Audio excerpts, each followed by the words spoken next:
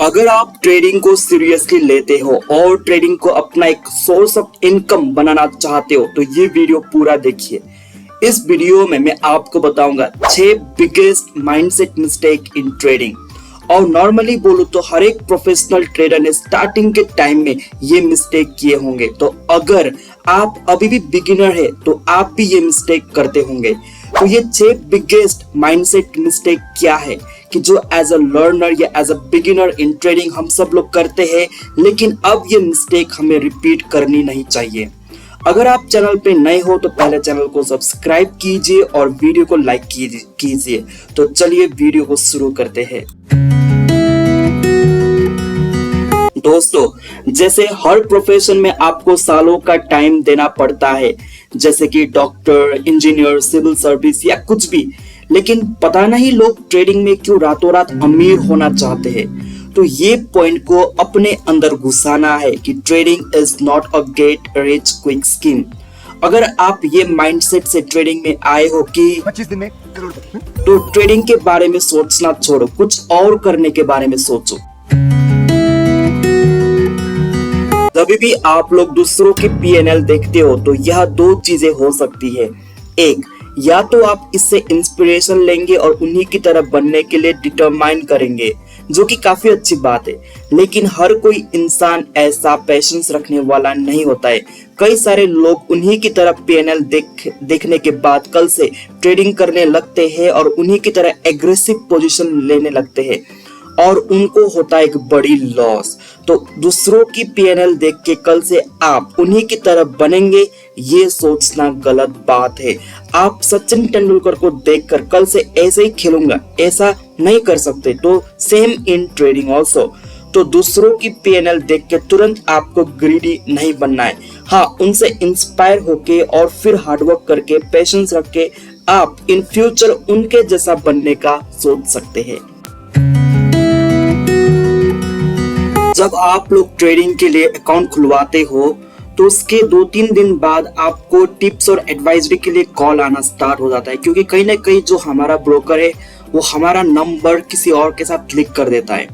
तो टिप्स और जो भी एडवाइजरी के रिगार्डिंग कॉल्स आता है तो वहां पे हमको वो लोग प्रॉमिस करते हैं कि अगर आपके पास सिर्फ 10,000 या 20,000 ही है तो भी आपको एक अच्छा रिटर्न मार्केट से बना के देंगे। तो वो लोग अपने टिप्स और सर्विसेज को बेचते हैं और हम एज अ बिगिनर इनोसेंट होते हैं और उन लोगों की टिप्स और सर्विसेज को हम लेते हैं और फिर उसके बाद हो जाता है एक बड़ी बड़ी लॉस। अगर आप टेलीग्राम ग्रुप पे हो जहाँ पे हर ट्रेडर का एक कम्युनिटी रहता है तो वहां पे आप लोगों ने ऐसा सुना होगा कि ऐसे कई सारे स्टूडेंट वाले लोग होते हैं या फिर यंग एज के लड़का लड़की होते हैं कि जिन्होंने ऐसे टिप्स और एडवाइजरी में पैसा लगा के बहुत सारा पैसा गवा दिया है। तो इसीलिए आपको ये पॉइंट को ध्यान में रखना है कि आपको टिप्स और एडवाइजरी के पीछे नहीं भागना है। तो आप खुद सोचो, अगर उन लोगों के पास एक बढ़िया स्ट्रैटेजी होगा तो वो लोग खुद ट्रेड ले करके पैसा बनाते ना, वो स्ट्रैटेजी को बेचने या फिर टिप्स को बेचने में क्यों लगते। मैं ये नहीं बोल रहा हूँ कि वो बेचना गलत है, वो बेच सकते हैं, लेकिन आपको थोड़ा इंटेलिजेंट होना है और ये पॉइंट को एनालाइज करना है कि अगर उन लोगों का स्ट्रैटेजी बढ़िया है तो ऐसे वो लोग क्यों टिप्स एंड सर्विसेज बेच रहे हैं। तो इसीलिए आपको इन लोगों के ट्रैप में नहीं आना है। अगर आपको ट्रेडर बनना है तो आपको खुद सीखना पड़ेगा, अपना डिसीजन जो है उसका रिस्पॉन्सिबिलिटी खुद लेना पड़ेगा, तभी जाके आप ट्रेडर बन पाएंगे। ऐसे टिप्स एंड एडवाइजरी के पीछे भागना नहीं है। और ये तो काफी खतरनाक मिस्टेक है, अपना स्टॉप लॉस को रिस्पेक्ट ना करना। ट्रेडर्स तो हम अगर ट्रेडिंग कर रहे हैं तो हमारे ट्रेड के पीछे एक सर्टेनिटी नहीं होता है, श्योरिटी नहीं होता है, वो एक प्रोबेबिलिटी है। तो इसीलिए आपको स्टॉप लॉस लगा के काम करना है। अब कई सारे लोग जो कि स्विंग ट्रेडिंग करते हैं, हाँ माना कि जो लोग इंट्राडे ट्रेडिंग करते हैं उन लोगों का वो पोजीशन 3 बजे के बाद वो कट जाता है ब्रोकर की ओर से। तो मान लो कि वो लोग जितना भी अपना पोजीशन होल्ड करेंगे तो वो सिर्फ 1 दिन के लिए रहेगा। लेकिन जो लोग स्विंग ट्रेडिंग करते हैं या फिर जो लोग ऑप्शन बाइंग करते हैं पोजिशनल बेसिस पे या फिर ऑप्शन सेलिंग भी करते हैं, तो अगर उन लोगों के सिस्टम में स्टॉप लॉस नहीं है तो उन लोगों को काफी बड़ा लॉस उठाना पड़ सकता है। अब मान लो कि जिसने भी यस बैंक को स्विंग ट्रेडिंग लिया और यस बैंक गिर गया तो सोचा होगा कि ये कभी ना कभी मेरे भाव पे आएगा, तो आज उन लोगों का क्या हुआ होगा। तो इसीलिए अगर आप किसी भी स्टॉक में पोजीशन लेते हो या फिर ऑप्शन में स्टॉक पोजीशन लेते हो तो ऑलवेज मेक श्योर कि आपको स्टॉप लॉस देके काम करना है। अगर आपने स्टॉप लॉस को रेस्पेक्ट करना सीख लिया कभी ना कभी तो आपको मार्केट से प्रॉफिट मिलेगा। सो इसीलिए always have a proper stop loss in your system, और जब वो स्टॉप लॉस हिट करे तो आपको उसको रेस्पेक्ट करना है और मार्केट से या फिर जो भी आपका पोजीशन है वहां से निकलना है। जैसे ये दुनिया में हर एक इंसान का हैबिट सेम नहीं होता, उसी तरह हर एक इंसान का ट्रेडिंग स्टाइल भी सेम नहीं होता। ट्रेडिंग स्टाइल सबका अलग अलग होता है, तो वो जानने के लिए आपको एक ट्रेडिंग जर्नल मेंटेन करना पड़ेगा। अगर आप ट्रेडिंग जर्नल मेंटेन नहीं कर रहे हो तो आपका जो लर्निंग कर्व है ट्रेडर बनने में वो काफी ज्यादा लगने वाला है। सो इसीलिए आपको एक ट्रेडिंग जर्नल बनाना है। वो क्यों बनाना है? जैसे देखिए, अगर आपने ट्रेडिंग जर्नल पे मेंटेन किया है कि आपने किस प्रकार के ट्रेड में सही से ट्रेड लिया, कहाँ पे आपका लॉस ज्यादा हुआ, जब प्रॉफिट हुआ तो मार्केट कंडीशन क्या था, जब आपने लॉस लिया तो उस वक्त क्यों लॉस लिया। अगर आप अपने ट्रेड को रिकॉर्ड करके रखेंगे अपने पेपर पे या फिर आप डिजिटली कंप्यूटर में भी रिकॉर्ड रख सकते हो, लेकिन आपको ये मेक श्योर करना है कि जो भी आपके ट्रेड लेंगे उसको आपको नोट डाउन करना है। और वो ट्रेड लेते वक्त आपका साइकोलॉजी क्या था, आपका इमोशन क्या था, तो आपको सब कुछ खुद को ऑब्जर्व करना है और वो सारा पॉइंट्स पेपर पे लिखना है। अब ट्रेडिंग जर्नल में मैक्सिमम लोग ये लिखते हैं कि कहाँ पे बाय किया, कब सेल किया, ऐसा लिखते हैं, लेकिन इससे भी ज्यादा इंपॉर्टेंट है अपना इमोशन को नोट करना। आपने वो ट्रेड क्यों लिया उसको नोट डाउन करना। देखिए, कहाँ पे बाय किया, कहाँ पे सेलिंग किया, वो तो आपको ब्रोकर के बैक ऑफिस में मिल जाएगा, आप जब भी चाहो वो देख सकते हो। लेकिन उस वक्त आपका इमोशन क्या था, आपकी साइकोलॉजी क्या थी, क्या आपको डर लग रहा था? तो डर लग रहा था तो आपने क्या किया? तो अगर आप अपना जो ट्रेडिंग का जो समय होता है वहां पे जो भी आपका इमोशन होता है, साइकोलॉजी होती है, थिंकिंग होती है, अगर आपने उसको पेपर पे नोट डाउन करना स्टार्ट किया ना, तो फिर जब आप 1 महीने बाद 2 महीने बाद उसको रीड आउट करेंगे, वहां से अगर आप कुछ लर्निंग लेंगे ना तो आपको ट्रेडिंग में काफी हेल्प होगा। अब जैसे मान लीजिए कि आज आपने कहीं पे एक पोजीशन बनाया, मान लो कि आपने रिलायंस को खरीद लिया, तो रिलायंस को आपने क्यों खरीद लिया? क्या उस टाइम पे जो भी आपका सेटअप था, क्या वो सेटअप के अकॉर्डिंग आपने ट्रेड लिया?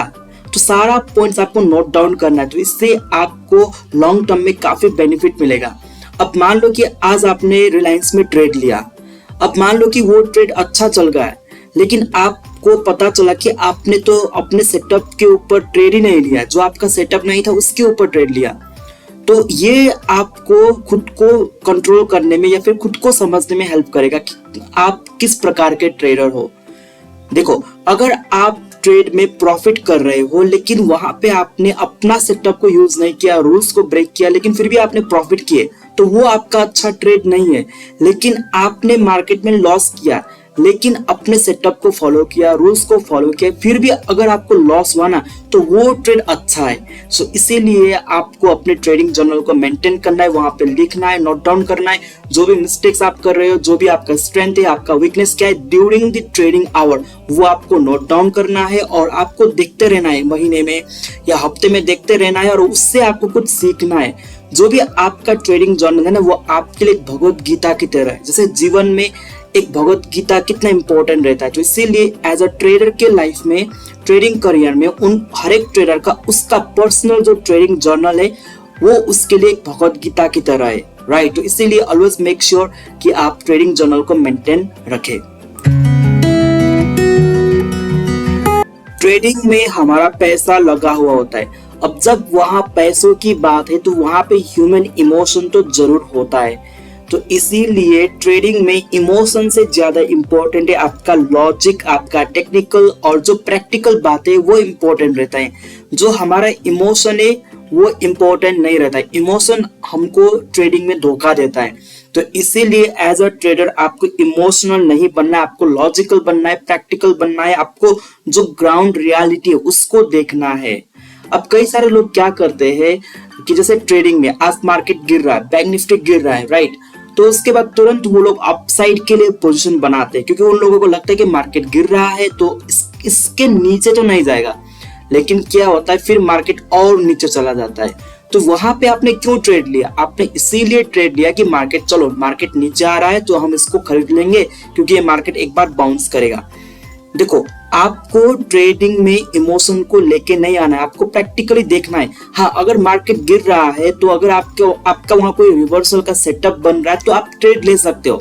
जस्ट बिकॉज कि मार्केट नीचे की आ रहा है, मार्केट आ रहा है नीचे की तरफ, तो आपने वहां पे कॉल का पोजीशन बना लिया, राइट। तो ऐसे आपको नहीं करना है, आपको देखना है, आपको प्रैक्टिकली समझना है और थोड़ा लॉजिकल होना है। अब कई बार क्या होता है कि आपके मन में ये रहता है कि मैंने कल को लॉस किया, लास्ट टाइम भी मैंने लॉस किया, 3-4 दिन लगातार मैंने लॉस किया, तो हमारे मन में ये रहता है तो आज के दिन तो मैं प्रॉफिट करूंगा ही करूंगा। क्यों? क्योंकि मैंने लॉस किया है 3-4 दिनों से। तो आपको ये पॉइंट को ध्यान में रखना है, मार्केट को थोड़ी ना पता है कि आपने पिछले दिन कैसे ट्रेड किया, उसके अगले दिन आपने कैसे ट्रेड किया, मार्केट को ये पता नहीं है। जस्ट बिकॉज आप कंटिन्यू लॉस कर रहे हो तो इसका मतलब ये नहीं है कि आपको अब नेक्स्ट ट्रेड में आपको प्रॉफिट मिलेगा। और जस्ट बिकॉज कि आपने प्रॉफिट करते जा रहे हो तो ऐसा नहीं है कि आपको अब लॉस मिलना स्टार्ट होगा। ये सारा इमोशन का खेल है, साइकोलॉजी का खेल है, तो इससे आपको बचना है। आपको ट्रेडर बनना है, लॉजिकली बनना है, टेक्निकली बनना है, प्रैक्टिकली क्या है वो ग्राउंड रियलिटी को समझ के ट्रेडर बनना है।